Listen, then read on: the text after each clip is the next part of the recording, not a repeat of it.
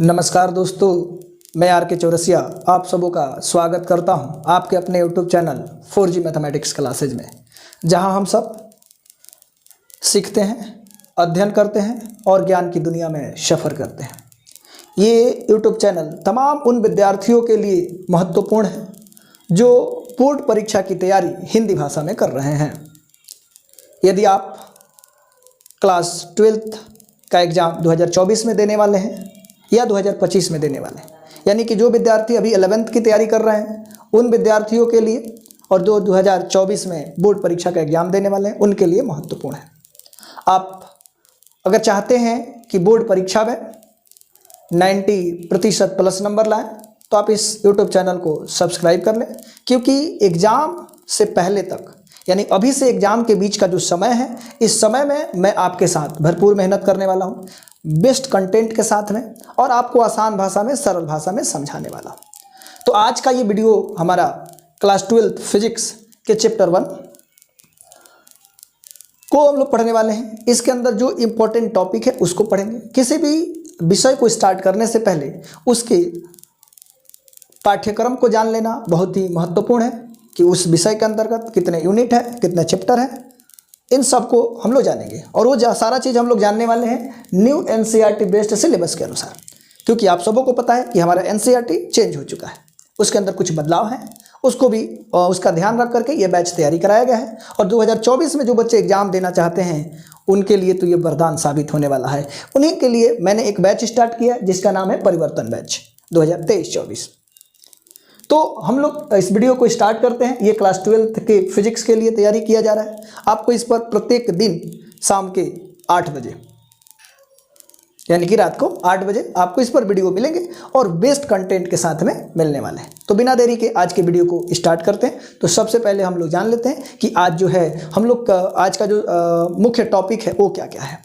आज हम लोग पहले तो क्लास 12th के फिजिक्स में कितने यूनिट हम लोग को पढ़ना है उसको जानेंगे, साथ ही साथ पहले चैप्टर के जो इम्पोर्टेंट पॉइंट है, इम्पोर्टेंट क्वेश्चन है उसको जानेंगे, उसके कुछ टॉपिक को कवर करने वाले हैं। तो देर ना करते हुए आज के जो टॉपिक है उसको जान लें। पहले हम लोग सिलेबस देख लेते हैं। तो आपके पास जो सिलेबस है, पहला यूनिट जो है इलेक्ट्रोस्टैटिक्स, और इलेक्ट्रोस्टैटिक्स में आपको कितने चैप्टर पढ़ना है? 2 चैप्टर, चैप्टर 1 और चैप्टर 2। उसके बाद है करंट इलेक्ट्रिसिटी, और करंट इलेक्ट्रिसिटी में आपको एक चैप्टर पढ़ना है, वो चैप्टर नंबर 3 है। ये जो भी सिलेबस आपको बताया जा रहा है न्यू एनसीईआरटी बेस्ड सिलेबस है।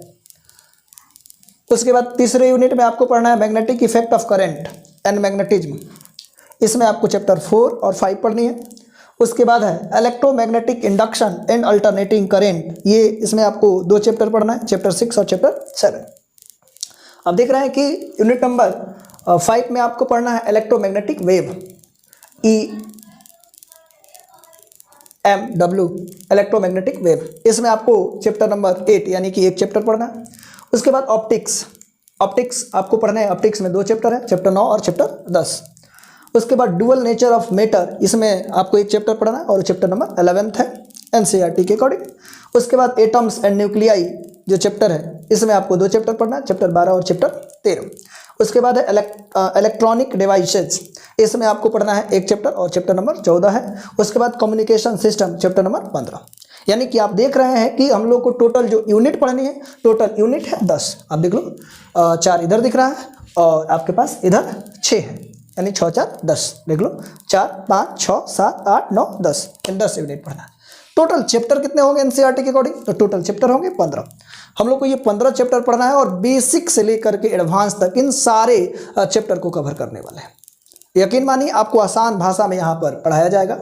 तो इसमें जो पहला यूनिट आप देख रहे हैं इलेक्ट्रोस्टैटिक्स, हम लोग इसके बारे में चर्चा करते हैं और उसको हम लोग समझेंगे भी इलेक्ट्रोस्टैटिक्स होता क्या है। तो इलेक्ट्रोस्टैटिक्स जो है ये फिजिक्स हम लोग यही स्टार्ट करने वाले हैं, इलेक्ट्रोस्टैटिक्स स्टार्ट करने वाले हैं। इलेक्ट्रोस्टैटिक्स है क्या? तो ये फिजिक्स की एक शाखा है, ब्रांच है, टहनी है, डाली है, जिसके अंतर्गत स्थिर आवेश और उसके प्रभावों का अध्ययन करने वाले हैं। प्रभावों का मतलब क्या? बल, क्षेत्र, और वो क्या क्या कर सकता है उसके बारे में जानेंगे, लेकिन शर्त यही है कि आवेश रुका हुआ होना चाहिए। तो ये क्या है भाई? तो ये भौतिक विज्ञान की एक शाखा है जिसके अंतर्गत हम लोग स्थिर आवेशों और उसके प्रभावों का अध्ययन करते हैं। इसमें आपका जो पहला चैप्टर है वो क्या है, इलेक्ट्रोस्टैटिक्स का जो है पहला चैप्टर जो है विद्युत आवेश तथा क्षेत्र, इलेक्ट्रिक चार्ज एंड फील्ड है। तो हम लोग इसको स्टार्ट करेंगे। उसमें हम लोग समझेंगे कि आवेश क्या होता है, हिस्ट्री ऑफ चार्ज क्या है, आवेश की इतिहास क्या है, आवेश कैसे शुरू हुई, इन सब बातों को जानेंगे। तो एक एक करके पहले जानते हैं कि इलेक्ट्रोस्टैटिक्स होता क्या है। आपको ये वीडियो पसंद आ रहा है तो वीडियो को लाइक भी कर दीजिए। तो पहले आप सब इसको नोट कर लीजिए।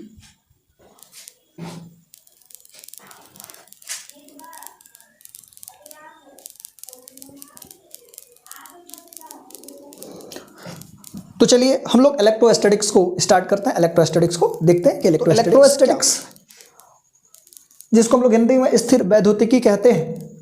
यहाँ पर देख रहे हैं कि इलेक्ट्रोस्टैटिक्स दो शब्दों से मिलकर के बना है, जिसमें पहला वर्ड है पहला इलेक्ट्रो, और इलेक्ट्रो का मतलब होता है चार्ज, और चार्ज मतलब आप जानते हैं, चार्ज मतलब आवेश।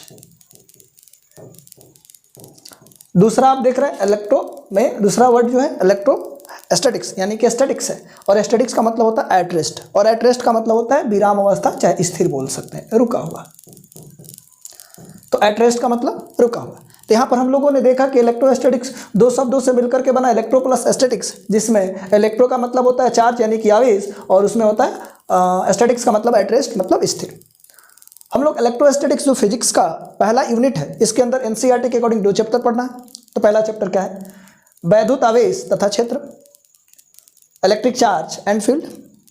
दूसरा चैप्टर जो हम लोग पढ़ना है स्थिर वैद्युत विभव तथा धारिता। यानी कि इलेक्ट्रोस्टैटिक्स के अंतर्गत 2 ही चैप्टर हम लोगों को पढ़ना है, बेहतरीन से हम लोग समझेंगे। तो समझते हैं कि इलेक्ट्रोस्टैटिक्स क्या है। जैसा कि मैंने अभी आपको बताया कि भौतिक विज्ञान की वैसी शाखा जिसके अंतर्गत स्थिर आवेशों तथा उसके प्रभावों का अध्ययन किया जाता है, उसे स्थिर वैद्युतिकी कहते हैं। यहाँ पर देखिए, भौतिक विज्ञान की वैसी शाखा जिसके अंतर्गत स्थिर आवेश एवं उसके प्रभावों का अध्ययन किया जाता है, यानी कि स्थिर आवेश क्या क्या कारनामा कर सकता है, क्या क्या प्रभाव उत्पन्न कर सकता है, उन सारे के बारे में हम लोग यहाँ पर अध्ययन करेंगे। उसी को हम लोग स्थिर वैद्युतिकी कहते हैं। यहाँ पर आप देख रहे हैं प्रभाव, तो प्रभाव में क्या आ सकता, क्या बल लगाएगा, क्या विद्युत क्षेत्र उत्पन्न करेगा, क्या विभव, इन सभी चीज़ों के बारे में, इन बलों, क्षेत्रों और तथा विभवों के बारे में हम लोग पढ़ते हैं। तो हम लोगों ने देखा इलेक्ट्रोस्टैटिक्स का बहुत ही शानदार और बेहतरीन परिभाषा वो क्या है, भौतिक विज्ञान की वैसी शाखा जिसके अंतर्गत स्थिर आवेश एवं उसके प्रभावों का अध्ययन करते हैं, उसे स्थिर वैद्युतिकी कहते हैं। प्रभाव में आप देख लो, बल, क्षेत्र तथा विभव, इन सब चीज़ों के बारे में देखेंगे। तो यहाँ पर मेनली ये बात निकल करके आया कि स्थिर वैद्युतिकी के अंतर्गत हम लोग रुके हुए आवेश के द्वारा किए गए कारनामों का अध्ययन करेंगे कि वो क्या क्या कर सकता है, क्या क्या चीज़ें हो सकती है। अब देखते हैं कि सर ये जो चैप्टर हम लोग पढ़ रहे हैं फिजिक्स में, क्या उसका उपयोग कहाँ है, किस तरीक़ा से उसका उपयोग है। तो हम लोग देखेंगे स्थिर वैद्युतिकी का अनुप्रयोग। तो आप सबों से निवेदन है कि आप इस वीडियो को पॉज करके नोट कर लीजिए। चलिए देखते हैं स्थिर वैद्युतिकी के अनुप्रयोग। तो पहला जो उपयोग है हम लोग देख सकते हैं स्थिर वैद्युतिकी का अनुप्रयोग में छायाप्रति मशीन, जिसको हम लोग जीरोक्स मशीन, फोटोस्टेट मशीन कहते हैं, जहाँ पर आप लोग जीरोक्स कराते हैं। ये फोटोस्टेट मशीन में हम लोग इलेक्ट्रोस्टैटिक्स का प्रयोग करते हैं, स्थिर वैद्युतिकी का अनुप्रयोग करते हैं। दूसरा आप देख रहे हैं कंप्यूटर प्रिंटर के अंतर्गत, यानी कंप्यूटर प्रिंटर में हम लोग उपयोग करते हैं स्थिर वैद्युतिकी का। दूसरा है वान डी ग्राफ जनित्र में हम लोग किसका उपयोग करते हैं, स्थिर वैद्युतिकी का अनुप्रयोग करते हैं। साथ ही साथ स्थिर विद्युत स्मृति, जिसको हम लोग बोलते हैं इलेक्ट्रोस्टैटिक मेमोरी, जिसको आप चिप बोलते हो, जिसके अंदर गाना भरते हैं, बहुत सारा फाइल को हम लोग स्टोर करके रखते हैं। ये क्या है, इलेक्ट्रोस्टैटिक्स मेमोरी, जिसमें हम लोग स्थिर वैद्युतिकी का अनुप्रयोग करते हैं।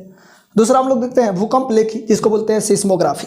ये क्या है जी, सिस्मोग्राफी में भी हम लोग किसका उपयोग करते हैं, इलेक्ट्रोस्टैटिक्स का उपयोग करते हैं। तो ये क्या है, स्थिर वैद्युतिकी यानी इलेक्ट्रोस्टैटिक्स के अनुप्रयोग। बहुत ही बेहतरीन उपयोग है, छायाप्रति मशीन, कंप्यूटर प्रिंटर, वान डी ग्राफ जनित्र और स्थिर वैद्युत मेमोरी और भूकंप लेखी। अब हम लोग बात करते हैं कि इलेक्ट्रोस्टैटिक्स के अंदर जो पहला चैप्टर है, यानी क्लास 12 फिजिक्स का जो पहला चैप्टर है, उसका नाम क्या है। तो हम लोग क्लास 12 फिजिक्स में जो पहला चैप्टर है उसका नाम है विद्युत आवेश तथा क्षेत्र, इलेक्ट्रिक चार्ज एंड फील्ड। हम लोग इस चैप्टर को स्टार्ट करते हैं।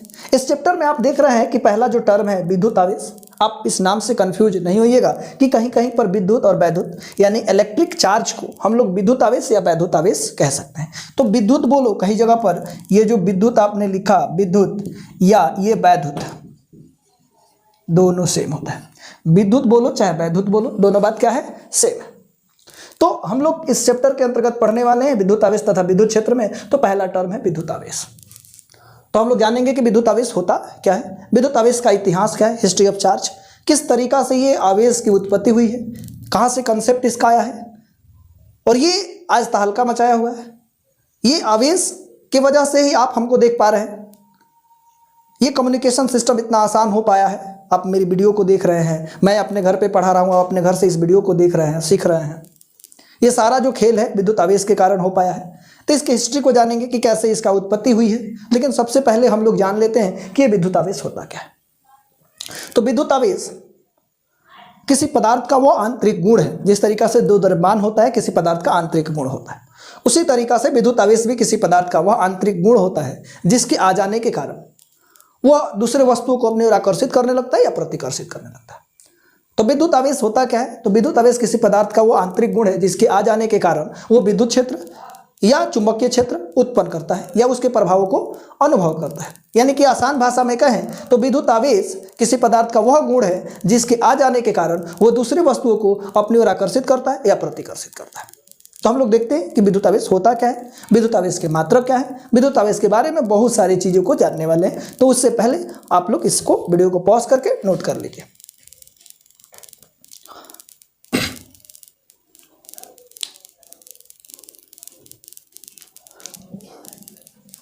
तो चलिए हम लोग जानते हैं कि विद्युत आवेश होता। तो चलिए देखते हैं कि विद्युत आवेश होता क्या है। विद्युत आवेश किसी पदार्थ का वह आंतरिक गुण है, इंटरनल प्रॉपर्टी है, आंतरिक गुण है जिसके कारण वह विद्युत तथा चुंबकीय प्रभाव उत्पन्न करता है। तो प्रभाव मतलब क्या हो गया? मतलब उसका इफेक्ट, यानी कि ये क्या कर सकता है? विद्युत आवेश किसी पदार्थ का वह गुण है जिसके कारण, जिसके आ जाने के कारण वो दूसरे वस्तुओं को अपनी ओर आकर्षित करने लगता है या प्रतिकर्षित करने लगता है। तो विद्युत आवेश के कारण ये संभव हो पाता है। ये विद्युत आवेश जो है एक अदिश राशि है। विद्युत आवेश एक स्केलर क्वांटिटी है। इसको सिंपली जोड़ घटाव गुणा भाग हम लोग कर सकते हैं। जैसे एक नंबर जोड़ते हैं उस तरीके से इसको जोड़ घटाव कर सकते हैं। आगे इसके प्रॉपर्टी में हम लोग जानेंगे भी। दूसरा क्या है? इसे क्यू, बड़का क्यू यानी कैपिटल क्यू या स्मॉल क्यू के द्वारा सूचित कर सकते हैं, करते हैं। इसका आवेश, इसका एसआई जो मात्रक होता है कूलम्ब होता है। कई लोग कूलम्ब भी बोलते हैं, कूलम्ब बोल सकते हैं या कूलम्ब बोल सकते हैं। ये जो इसका इंग्लिश होता है वो क्या होता है? कूलम्ब। तो जिसकी वजह से कई लोग इसको कूलम्ब बोलते हैं और कई लोग कूलम्ब बोलते हैं, कोई दिक्कत नहीं। उसके बाद हम लोग देखते हैं विद्युत आवेश, विद्युत धारा, यहां पर हम लोग विद्युत धारा तथा समय के गुणनफल के बराबर होता है। हम लोगों ने क्लास 10th में भी एक फॉर्मूला देखा था, Q बराबर IT। देखते हैं Q बराबर IT, यानी कि विद्युत आवेश जो है वो विद्युत धारा और समय के गुणनफल के बराबर है। तो यहां से विद्युत आवेश का एक और डिफिनेशन आप बोल सकते हैं, विद्युत धारा और समय के गुणनफल को विद्युत आवेश कहते हैं। आप डिफिनेशन फॉर्मूला से भी निकाल सकते हैं। तो विद्युत आवेश क्या है? तो विद्युत आवेश विद्युत धारा और समय के गुणनफल को विद्युत आवेश कहते हैं। अब यहाँ पर देखते हैं इसका जो बीमा होता है, और कई बार ये प्रश्न पूछा भी गया है कि इसका बीमा क्या होता है, विद्युत आवेश का बीमा क्या होता है। तो विद्युत आवेश का बीमा AT या IT होता है। हम लोग समझेंगे इसका अन्य मात्रक क्या होगा। तो इसका अन्य मात्रक एम्पियर इंटू सेकेंड होता है। कई जगह पर प्रश्न ऐसे बना है कि एम्पियर इंटू सेकेंड किसका मात्रक है। तो अगर आपसे ही पूछा जाए कि एम्पियर इंटू सेकेंड किसका मात्रक है, तो एम्पियर इंटू सेकेंड विद्युत आवेश का मात्रक है। और इसका प्रायोगिक मात्रक जो होता है एम्पियर इंटू घंटा होता है। यानी विद्युत आवेश का जो प्रायोगिक मात्रक होता है एम्पियर इंटू घंटा होता है। अब हम लोग जो पहला चैप्टर है उसके अंदर जो आवेश के बारे में इतना चीज़ें पढ़ रहे हैं और आवेश के बारे में ही पढ़ना है, रुके हुए आवेश के बारे में पढ़ना है, तो हम लोग हिस्ट्री ऑफ चार्ज देख लेते हैं। यानी आवेश, विद्युत आवेश की जो इतिहास है वो क्या है, यानी हिस्ट्री ऑफ चार्ज के बारे में समझते हैं। तो विद्युत आवेश की जो परिकल्पना है सबसे पहले थेल्स नामक वैज्ञानिक ने उसके मन में आया। कैसे आया? तो उसने एम्बर को ऊन के कपड़े से रगड़ा। तो एम्बर क्या है?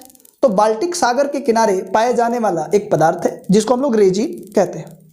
ये पीले रंग का होता है। तो जब उसने एम्बर को ऊन के कपड़ों से रगड़ा तो उसके अंदर, एम्बर के अंदर छोटे छोटे वस्तुओं को अपनी ओर आकर्षित करने का गुण आ गया, जैसे कि कागज के छोटे टुकड़े, धूल कण, पंख इत्यादि को अपनी ओर आकर्षित कर रहा था। तो ये चीज़ें तो आवेश की अवधारणा के बारे में, लेकिन इससे ज़्यादा आगे कुछ बात पता नहीं चला। यहाँ पर एक वर्ड आया था एम्बर। तो एम्बर को यूनानी भाषा में इलेक्ट्रॉन कहा जाता है, और बाद में हम लोग चल करके उसी इलेक्ट्रॉन के बारे में पढ़ते ही हैं, यानी आवेश का मूल कारण क्या है, इलेक्ट्रॉन। इन सब चीज़ों के बारे में चर्चा करेंगे। उसके बाद ये सारी घटनाएं थेल्स ने जो बात कहा था ईसा से 600 वर्ष पूर्व, 600 वर्ष पूर्व की बात थी।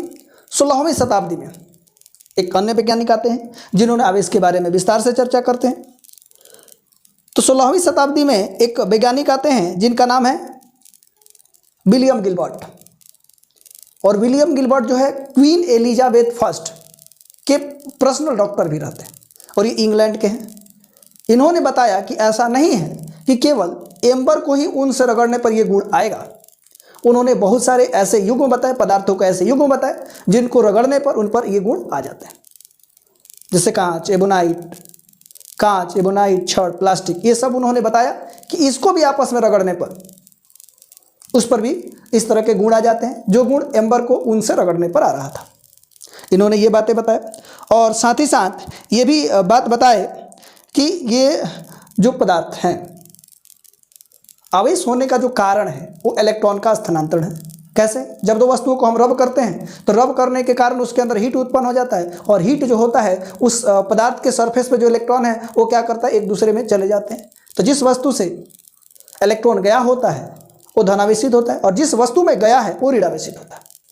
उसके बाद 1646 में एक वैज्ञानिक आते हैं थॉमस ब्राउन ने बताया कि उस ऊर्जा का नाम, जिसके कारण वो छोटे छोटे वस्तुओं को आकर्षित कर रहा है, दो वस्तुओं को रब करने के बाद, उस ऊर्जा का नाम इन्होंने इलेक्ट्रिसिटी रख दिया, जिसका हिंदी रूपांतरण विद्युत होता है। तो हम लोग इन सब चीज़ों के बारे में जानेंगे। अच्छा, इसके बाद हम लोग विद्युत आवेश दो प्रकार की हो गई, धन आवेश और ऋण आवेश। तो विद्युत आवेश दो प्रकार की कैसे हुई, तो इसको वर्गीकरण किसने किया, तो एक थे बेंजामिन फ्रैंकलिन। तो बेंजामिन फ्रैंकलिन ने आवेश का नामकरण, आवेश दो प्रकार के होते हैं, एक धन आवेश और एक ऋण आवेश, उसके बारे में चर्चा उन्होंने किया। उन्होंने क्या बताया और किस आधार पर बोला, तो उन्होंने देखा कि जब दो वस्तुओं को आपस में रगड़ते हैं तो दोनों पर क्या होता है, विपरीत चार्ज आ जाते हैं। तो कुछ देर के बाद उन दोनों वस्तुओं को सटा करके रख देते हैं, जिसकी वजह से उसका चार्ज, नेट चार्ज कितना होता है, जीरो हो जाता है। जैसे +2 और -2 इन दोनों को जोड़ देंगे तो जीरो हो जाता है। तो +2 और -2 को जोड़ने पर जीरो हो रहा है। उसी तरीका से दो वस्तुओं को रब करने के बाद जो उन पर आवेश आए हैं उनको फिर इकट्ठे करने पर जीरो आ जा रहा है। इस आधार पर एक को उन्होंने प्लस आवेश बोला और दूसरे को माइनस आवेश बोला। तो आवेश का जो वर्गीकरण है प्लस और माइनस, वो किसने किया, तो बेंजामिन फ्रैंकलिन ने किया। तो हम लोग आवेश के इतिहास को जानेंगे। सबसे पहले आप लोग इसको नोट कर लीजिए।